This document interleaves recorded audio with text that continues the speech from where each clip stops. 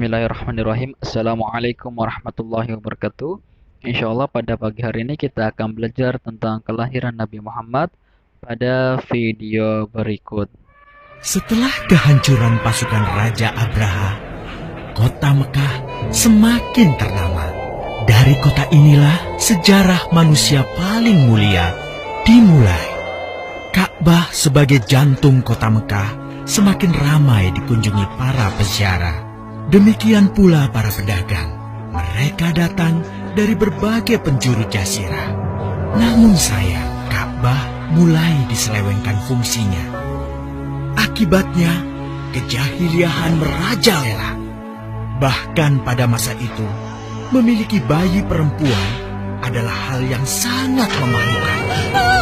Aib bagi keluarga. Sehingga sebagian dari mereka tega membunuh bayi perempuan mereka sendiri.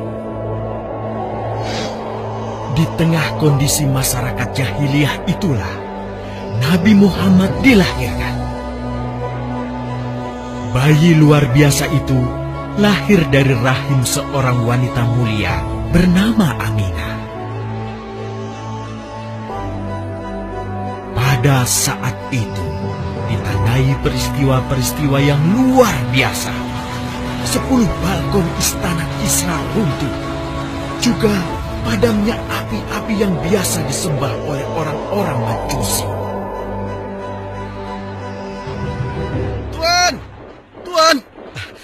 Tuan Abdul Muthalib, ada kabar gembira. Kabar gembira? Kabar gembira? Kabar gembira apa? Tuan, cucu Anda telah lahir. Benarkah? Laki-laki atau perempuan? Laki-laki, Tuan. Subhanallah, Alhamdulillah, Allahu Akbar. Kalau begitu aku ingin segera melihatnya. Mari, Tuan. Setelah mendengar itu, Abdul Muthalib bergegas menuju ke rumah Aminah.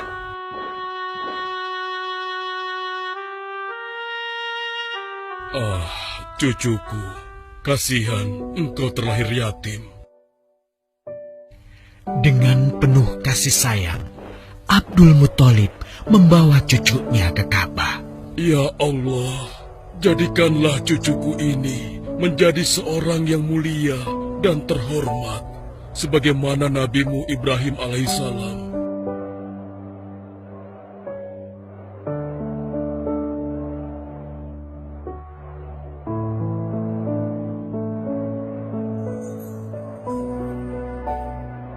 Siapa namanya, Ayah?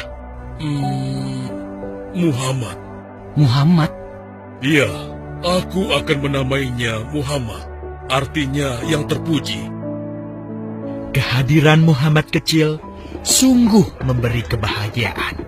Tidak hanya bagi keluarga Bani Hashim, bahkan seluruh kabilah suku Quraisy menyambutnya dengan sukacita.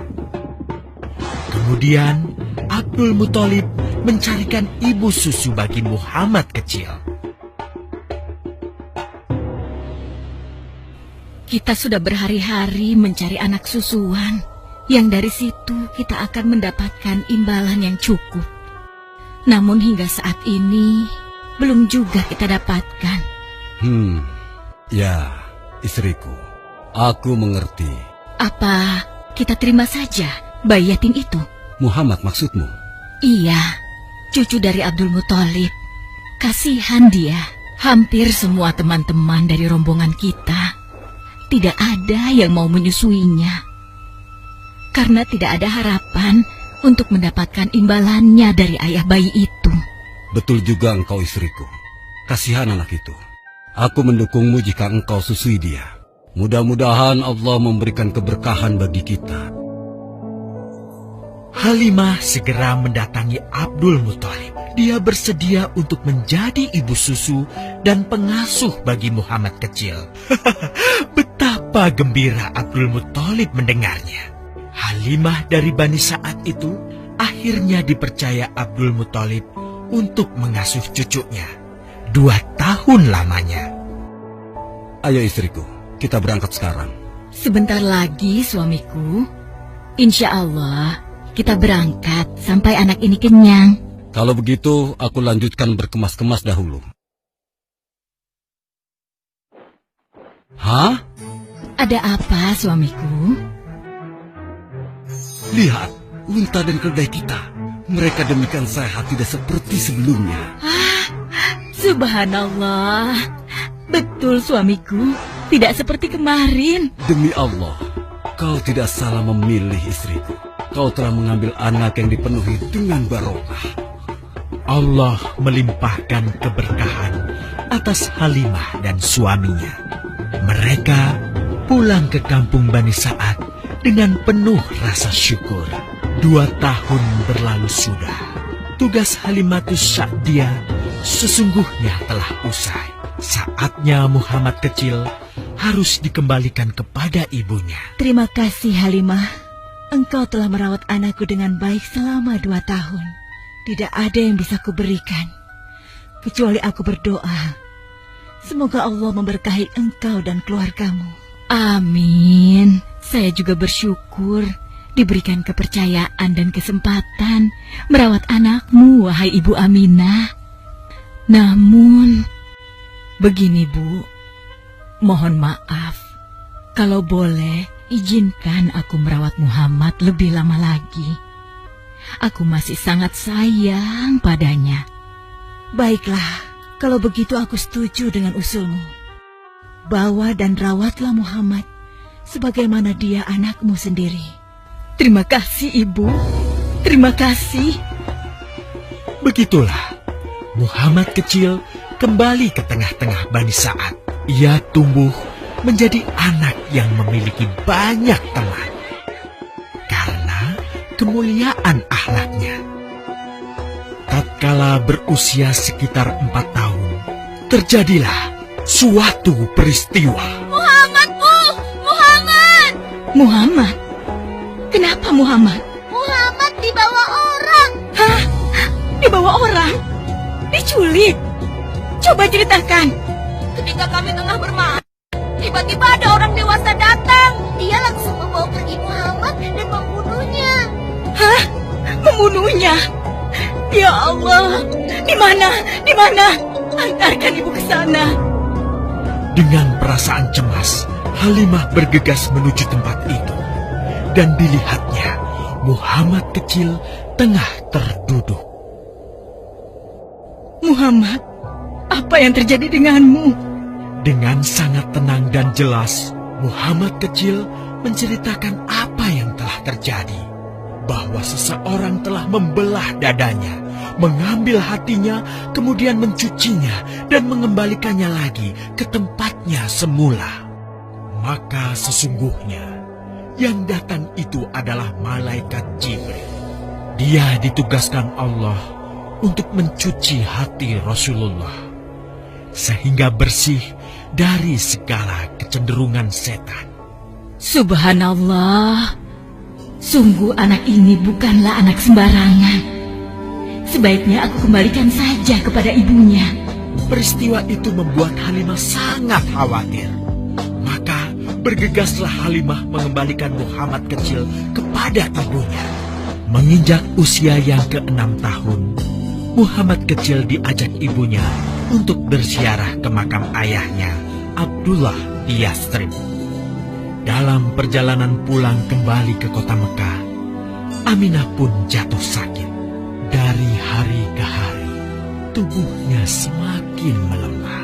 Hingga di sebuah kota bernama Abwa, letaknya antara Mekah dan Yathrib, Aminah meninggal di sana.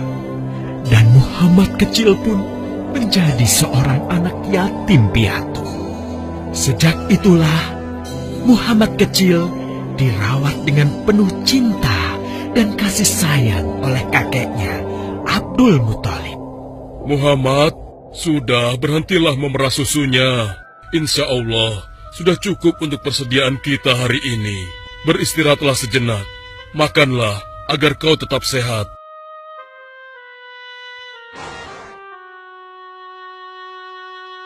Ya Allah, betapa mulia akhlak cucuku ini. Namun, kasih sayang Abdul Muthalib tidak berlangsung lama. Saat usia Muhammad 8 tahun, Abdul Muthalib kakeknya yang sangat menyayanginya itu meninggal dunia. Kemudian, pengasuhan atas Muhammad pun beralih ke pamannya, Abu Thalib. Muhammad kecil tahu betul betapa sayangnya pamannya kepadanya. Di mana Muhammad? Ia tengah mengembalakan kambing milik salah seorang penduduk Mekah, suamiku. Sejak kapan dia keluar rumah? Sekitar waktu subuh tadi. Subhanallah, betapa baiknya akhlak keponakanku ini. Ya Allah, maafkan ketidakmampuanku mencukupi kebutuhan keponakanku. Sayangi dan berkahilah dia. Jadikanlah dia orang yang mulia di antara manusia. Hingga saat usia Muhammad menginjak 12 tahun, pamannya Abu Thalib mengajaknya berdagang ke Syam. Sampailah mereka di satu daerah bernama Busra. Saat mereka beristirahat, datanglah seorang pendeta menghampiri. Wahai saudaraku, selamat datang di Busra. Tampaknya kalian bukan orang sini. Dari manakah kalian berasal? Terima kasih saudaraku. Kami datang dari Mekah. Lalu, siapakah gerangan anak ini? Ini adalah keponakanku. Muhammad namanya. Apakah engkau bertanggung jawab atasnya, Tuan? Ya, Kemana ayahnya? ayahnya sudah meninggal sejak ia masih dalam kandungan. Oh, apakah kini dia yatim piatu? Benar, Aku sungguh beruntung bertemu dengannya. beruntung. Beruntung apa? Sungguh, keponakanmu ini adalah orang yang sangat istimewa. Oh ya? Ya, dia adalah seorang nabi, Hmm? seorang utusan Allah. Bagaimana kau tahu hal itu? Aku tahu karena aku seorang pendeta, dan berita kedatangan dia sebagai seorang utusan Allah sudah disampaikan di dalam Injil. Bahkan aku pun bisa mengetahuinya dari cincin kenabian yang berada di bagian bawah tulang rawan bahunya yang menyerupai buah apel sebagai tanda kenabiannya. Begitulah pendeta bernama Bahira menyampaikan kepada Abu Thalib perihal kenabian Muhammad. Ia berpesan agar menjaga baik-baik keponakannya itu, karena Muhammad kelak di suatu saat nanti akan menghadapi banyak gangguan dan rintangan. Istriku, Muhammad sudah berusia 25 tahun. Aku pikir sudah saatnya dia untuk menikah. Betul, suamiku. Namun, dengan siapakah dia akan kita jodohkan? Kemarin Khadijah mengirimkan utusannya dan menyatakan keinginan Khadijah untuk menjadikan Muhammad sebagai suaminya. Hah? Khadijah? Khadijah yang mulia itu? Betul, istriku. Khadijah yang selama ini mempercayakan barang perniagaannya kepada Muhammad. Kenapa dia memilih Muhammad?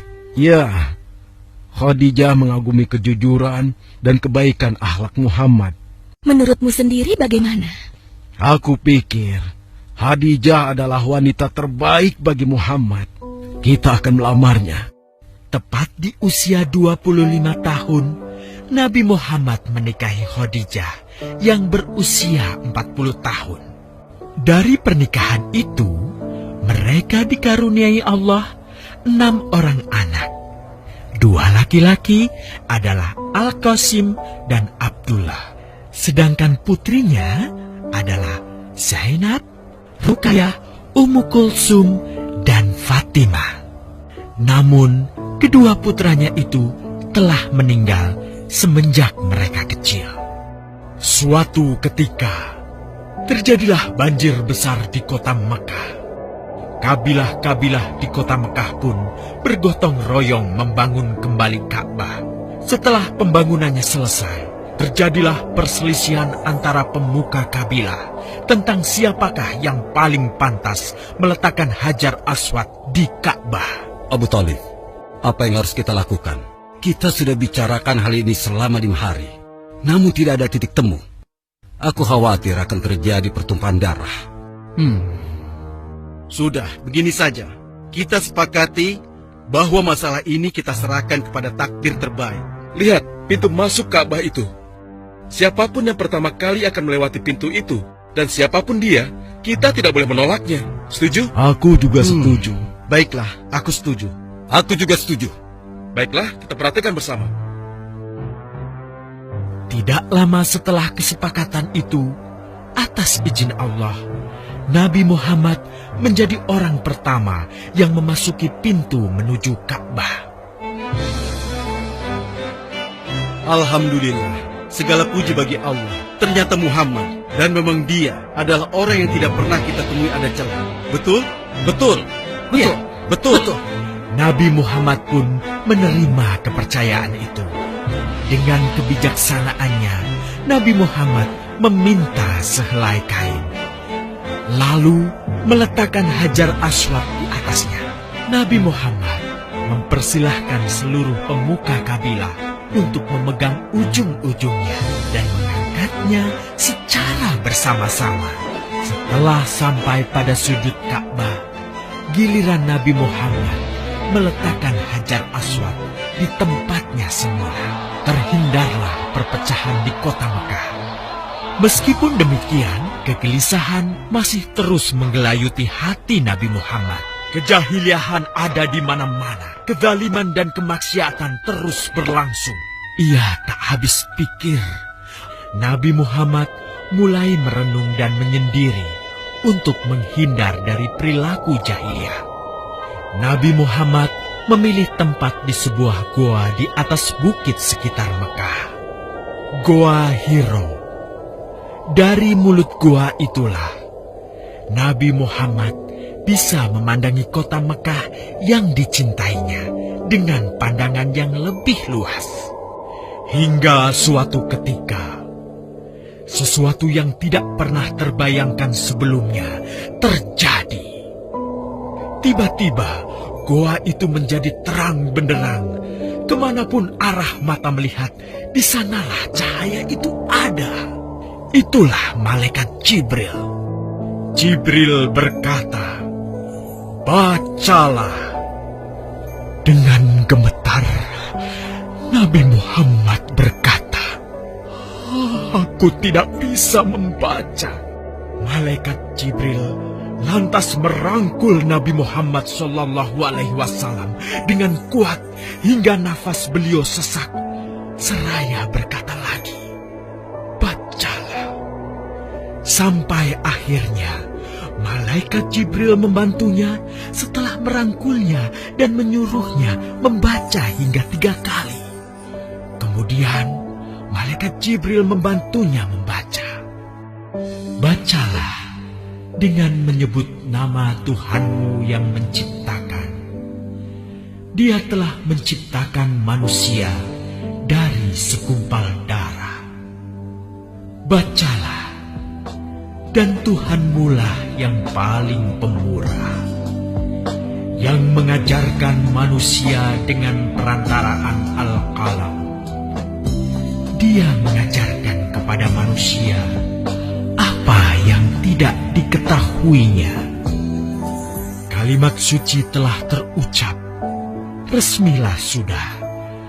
Dari dalam Goa Hiro, Allah mengangkat Nabi Muhammad SAW sebagai penuntun dari kegelapan menuju cahaya, dari keburukan menjadi kebaikan, dan dari kesengsaraan menuju kekeselamatan. Syukran jazakumullahu khairan katsiran atas waktunya telah menonton video yang saya sampaikan. Dan kita tutup dengan baca doa kafaratul majlis. Subhanaka Allahumma wa bihamdika asyhadu an la ilaha illa anta astaghfiruka wa atubu ilaik. Assalamualaikum warahmatullahi wabarakatuh.